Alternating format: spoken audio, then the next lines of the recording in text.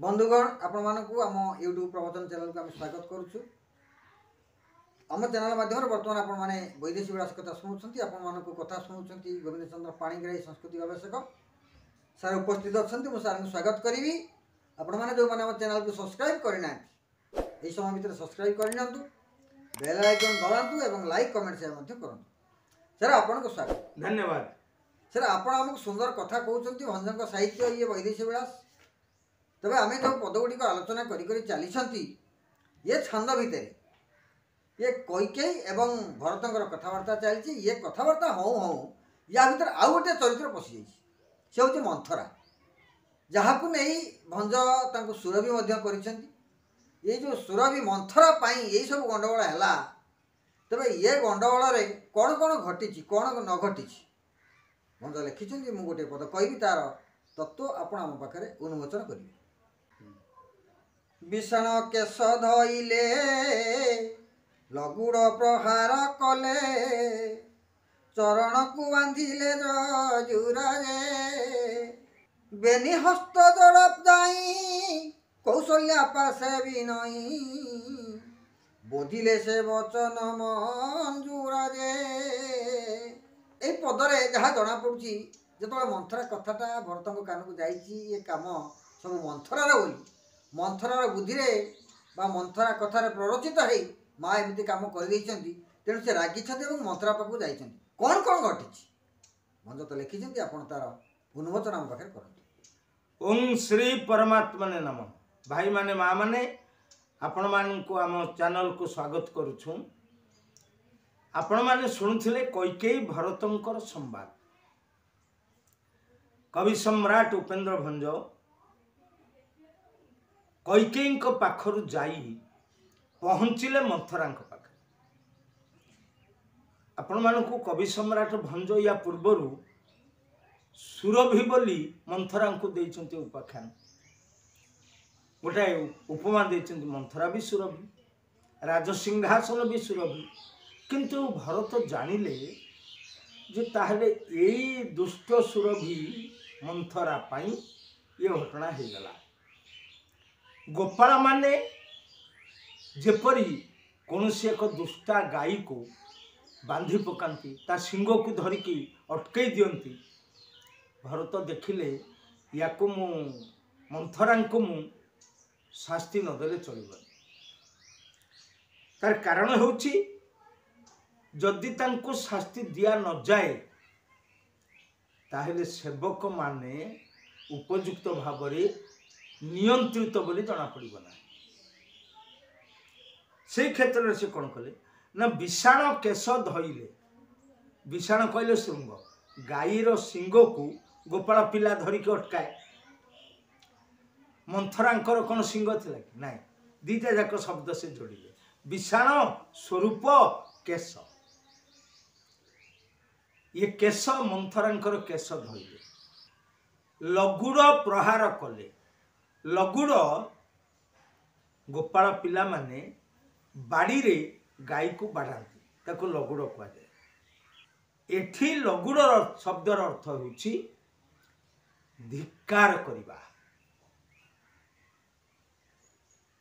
धिक्कार करिबा को लगुड़ मध्यम कह जाए। एकाक्षर कोशरे लगुड़म धिक्कारोश्चेति कह जाइछि। धिक्कार करने को लगुड़ बोली कह जाए। आम बेले बेले कहूँ आज्ञा आपण मैंने जानी ओह ता कथा गुड़ाक मत भारी काटिला काटिला केमती आपण को बाधी पारे कष्ट दे पारे काटिबो केमती काटिबाटा केवल शरीर अनुभव करिवो आउ गोटे अनुभव करे आउ गोटे इंद्रिय अनुभव करता होची मन। मन को बाधिले आम कहूँ ता कथा गुड़ाक आमको भारी काटिला। चरण को बांधिले रज्जुरे गाई को जमीती गोपाल पिला बांधी दिए दौड़ी रे भरत कौन बांधिले एक निष्ठुर नियम प्रणयन कले अर्थात तांको कहिले वचन रे बांधी देले कईठे रहिथिबो मु आसीबा पर्यंत एथिबो कर दिबो काहे की कथा कहला। आपण देखंतु ମନ୍ଥରାଙ୍କର ଗୋଡ଼ ହାତ ବାନ୍ଧି କ'ଣ ସବୁ ଘର ଭିତରେ ପକାଇ ଦେଇଥାନ୍ତେ କି ନିର୍ଦ୍ଦେଶନାମା ମଧ୍ୟ ବାନ୍ଧି ଦିଏ। ଶାସନ ନୀତି କହେ ଆପଣଙ୍କ ବିରୁଦ୍ଧରେ ଅଭିଯୋଗ ଅଛି, ଆପଣ ନଜରବନ୍ଦୀରେ ରହିଲେ। ନଜରବନ୍ଦୀ କ'ଣ? ନଜରବନ୍ଦୀରେ ରହିଲେ ଆପଣଙ୍କୁ ହାତକଡ଼ି ପକାଗଲାନି, ମାରଧର କରାଗଲାନି, କୁଆଡ଼େ ଯାଇପାରିବେ ନାହିଁ। ଭରତ ରାଜା ପୁଅ ନା। ଆପଣ ଦେଖନ୍ତୁ, ଜଣେ ରାଜା ପୁଅ ନହେଲେ ଭଞ୍ଜ ଏ କଥା କରିପାରିଥାନ୍ତେ। ଭରତ ଜଣେ ରାଜାଙ୍କର ପୁଅ। ସେ କହିଲେ ତମ ଗୋଡ଼ ହାତ ବାନ୍ଧି ଦିଆଗଲା, ଅର୍ଥାତ୍ ତମେ ନଜରବନ୍ଦୀରେ ରହିଲ, ଯାଇପାରିବନି କୁଆଡ଼େ। କାଳେ ପଳେଇବେ ଡରେ, କୁଆଡ଼େ ଲୁଚିଯିବେ, ଯାଇପାରିବ ନାହିଁ। ମାନେ ଆପଣ ଦେଖନ୍ତୁ ଶବ୍ଦରେ କେତେ ମାଧୁର୍ଯ୍ୟ ତାଙ୍କର ରହିଛି। ତାପରେ କହିଲେ ମୁଁ ଆସେ, ମୁଁ ଆସିବା ପର୍ଯ୍ୟନ୍ତ ତମେ ଏଇଠି ଥିବ, କୁଆଡ଼େ ଯାଇପାରିବ। କଲେ କ'ଣ ନା କୌଶଲ୍ୟାଙ୍କ ପାଖକୁ ଗଲେ। ବେନି ହସ୍ତ ଯୋଡ଼ ଯାଇ କୌଶଲ୍ୟା ପାଶେ ବିନୟ। ଆଗ ମାଙ୍କ ପାଖରେ ଯାଇକି ଯୋଡ଼ ହସ୍ତରେ ବିନୟ କଲେ। ବୁଝିଲେ ସେ ବଚନ ମଞ୍ଜୁରେ। କଥାଟି ଭାରି ସହଜ କଥା। ଭରତ ଆଗେ ଗଲେ ମା କୈକେୟୀଙ୍କ ପାଖରୁ କୌଶଲ୍ୟାଙ୍କ ପାଖରେ ପହଞ୍ଚିଲେ। ହାତ ଯୋଡ଼ିକି ବିନୟରେ ତାଙ୍କୁ ଅନୁନୟ ହେଇକି କହିଲେ ମା ମୁଁ ଆସିଛି ଭରତ। ଆଚ୍ଛା, ଆପଣମାନଙ୍କ ମନରେ ପ୍ରଶ୍ନ ଆସିବ, ରବି ବେଳେ ବେଳେ ପଚାରି ଦେଉଛନ୍ତି ନା, ମୁଣ୍ଡ ଭିତରେ ବହୁତ କଥା ପ୍ରଶ୍ନ ଆସୁଛି। ଆଗ ମୁମୂର୍ଷୁ ପିତାଙ୍କ ପାଖକୁ ଯିବା ଉଚିତ ନା ଅନ୍ୟ କୋଉଠିକି ଯିବା ଉଚିତ? କିନ୍ତୁ ଭରତ ଜାଣିଛନ୍ତି ଯେ ସେତେବେଳକୁ ତାଙ୍କ ବାପା ଆଉ ନାହାନ୍ତି। ତେବେ ଆଉ ଯାଇକି ବାପାଙ୍କ ପାଖରେ କ'ଣ କାମ? ଏବଂ ଆବଶ୍ୟକ ହେଉଛି ମାଙ୍କ ପାଖରେ କୌଶଲ୍ୟା। କାହିଁକି ନା ସ୍ମୃତି ସାର ଗୀତାରେ କୁହାଯାଇଛି ନାସ୍ତି ମାତୃ ସମୋ ଧନ। ମାଙ୍କ ଭଳି ଧନ ଏ ଦୁନିଆରେ ଆଉ କିଛି ନାହିଁ। ମାତୃ ସ୍ନେହ ସମଂ ପୟ। ମାତୃ ସ୍ନେହ ଭଳି ଅମୃତ କ୍ଷୀର ଆଉ ଏ ଦୁନିଆରେ କୋଉଠି ନାହିଁ। ନାସ୍ତି ମାତୃ ସେବା ଧର୍ମଂ। ମାଙ୍କର ସେବା ବ୍ୟତିରେକ ଆଉ ଅଧିକ ଧର୍ମ କିଛି ନାହିଁ। ସମଧର୍ମଂ ମହି ତଳେ। ଏ ପୃଥିବୀରେ ୟା ସମାନ ଧର୍ମ କୋଉଠି ନାହିଁ। ଠିକ୍ ସେଇଭଳି ଭାବରେ କୌଶଲ୍ୟାଙ୍କ ନିକଟରେ ଯାଇ ଭରତ ଯୋଡ଼ହସ୍ତ ହେଇ ବସିଲେ। କହିଲେ ମା ମୁଁ ଆପଣଙ୍କୁ କିଛି କଥା କହିବା ପାଇଁ ଆସିଛି। ଆପଣ ଦେଖନ୍ତୁ, ସେ ଯାଇକି ପଚାରି ପାରିଥାନ୍ତେ, ଭରତ ହିଁ ପଚାରି ପାରିଥାନ୍ତେ ମା ତମେ କେମିତି ସହିଲ ଏ କଥାଟା? ରାମକୁ କାହିଁ ଛାଡ଼ିଦେଲ? ପୁଣି ଲକ୍ଷ୍ମଣଙ୍କୁ ଛାଡ଼ିଦେଲ, ମା ସୀତାଙ୍କୁ ଛାଡ଼ିଦେଲ। ତମେ ଜଣେ ନାରୀ, ଆଉ ଜଣେ ନାରୀକୁ ବଣ ଭିତରୁ କେମିତି ଛାଡ଼ିଦେଲ? ଆମେ ହେଇଥିଲେ କହିଥାନ୍ତୁ ସୂର୍ଯ୍ୟ ବଂଶରେ କୌଣସି ପୁରୁଷ କେବେ ହେଲେ ଉଦ୍ଧତ ସ୍ୱଭାବର ନଥିଲେ। ଅନୁଦ୍ଧତ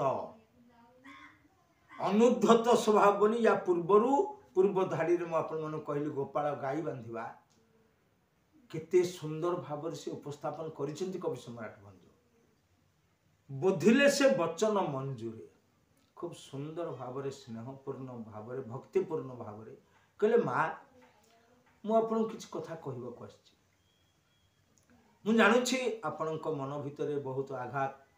ମୁଁ ଜାଣୁଛି ଭଗବାନ ପ୍ରଭୁ ରାମ ଆପଣଙ୍କ ପାଖରେ ନାହାନ୍ତି। ଏ ଅଯୋଧ୍ୟା ରାମ ଶୂନ୍ୟ। କିନ୍ତୁ ତା ସତ୍ତ୍ୱେ ମା ମୁଁ ଆପଣଙ୍କୁ କିଛି କଥା କହିବାକୁ ଆସିଛି। ମଧୁର ବଚନରେ କହିଲେ। କାହିଁକି? ଯଦି ସେ ଉତ୍ତ୍ୟକ୍ତ ଅବସ୍ଥାରେ କହିଥାନ୍ତେ ବା ରାଗରେ କହିଥାନ୍ତେ ବା କୌଣସି ଆଦେଶ ଭାବରେ କହିଥାନ୍ତେ କୌଶଲ୍ୟା କ'ଣ ଭାବିଥାନ୍ତେ ନା ମା ଯେଭଳି ପୁଅ ସେଭଳି। ମା ଯାହା କଲେ ପୁଅ ସେୟା କରୁଛନ୍ତି। ଅନୌଚିତ୍ୟ ମାତୃଧର୍ମ। ମାତୃଧର୍ମରେ ଅନୌଚିତ୍ୟ ବୋଲି କିଛି ନାହିଁ, ସବୁ ଔଚିତ୍ୟ। ଏବଂ ଭରତ ସେଇଥିପାଇଁ ହାତ ଯୋଡ଼ି କହିଲେ ମା ମୁଁ କିଛି ଆପଣଙ୍କୁ କହିବାକୁ ଆସିଛି। କ'ଣ ସେ କହିଲେ ପରବର୍ତ୍ତୀ ଅଧ୍ୟାୟରେ ଆମେ ଶୁଣିବୁ। ଶୁଣିଲେ ଆପଣ ଏ ପଦର ଆଲୋଚନା।